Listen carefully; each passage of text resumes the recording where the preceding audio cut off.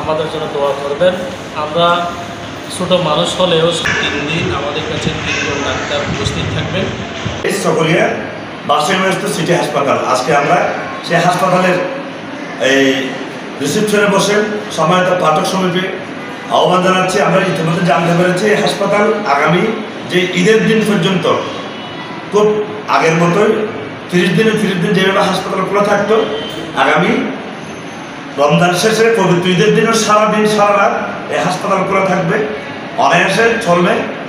এই পরিসরে সকল পর্যায়ের চিকিৎসা এবং সেবা, বিশেষ করে মায়েদের সকল চিকিৎসা সেবা এই হাসপাতাল থেকে আপনারা পাচ্ছেন।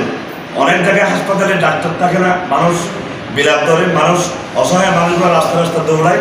সেই হিসেবে বিবেচনা করে হাসপাতাল কর্তৃপক্ষ, আমার বাম পাশে বসে আছেন ম্যানেজমেন্টের একজন আমাদের মালিক ভাই, তারপরে ফাউন্ডার মেম্বার আমার ডান পাশে বসে আছে ব্যবস্থাপনা পরিচালক আমাদের হেফাজ সাহেব, আমার প্রিয় দৌহিত্র, আর তার পাশে আমাদের আরেকজন স্বনামধন্য শেয়ার হোল্ডার জাহাঙ্গীর, পাশে আমাদের চক্রের সাংবাদিক ফোরামের সাধারণ সম্পাদক নুরুদ্দোজা, সাংবাদিক মোহাম্মদ উমর আলী সহ আমরা সকলকে আহ্বান জানাচ্ছি, আপনারা ঈদের দিন সহ সকল পর্যায়ের আপনারা চিকিৎসা সেবা পাচ্ছেন। সবাইকে অগ্রিম ঈদ মোবারক জানাচ্ছি।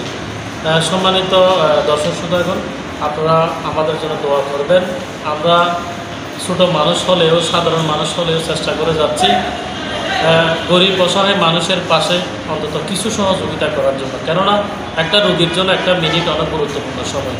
সে একটা মিনিটকে, একটা রোগীকে আমরা গুরুত্ব দেওয়ার জন্য, সহযোগিতা করার জন্য আমরা সকলে সিটি হসপিটাল পরিবার সবসময় প্রস্তুত থাকি। সকলে সিটি হসপিটালের পক্ষ থেকে ঈদের অগ্রিম শুভেচ্ছা।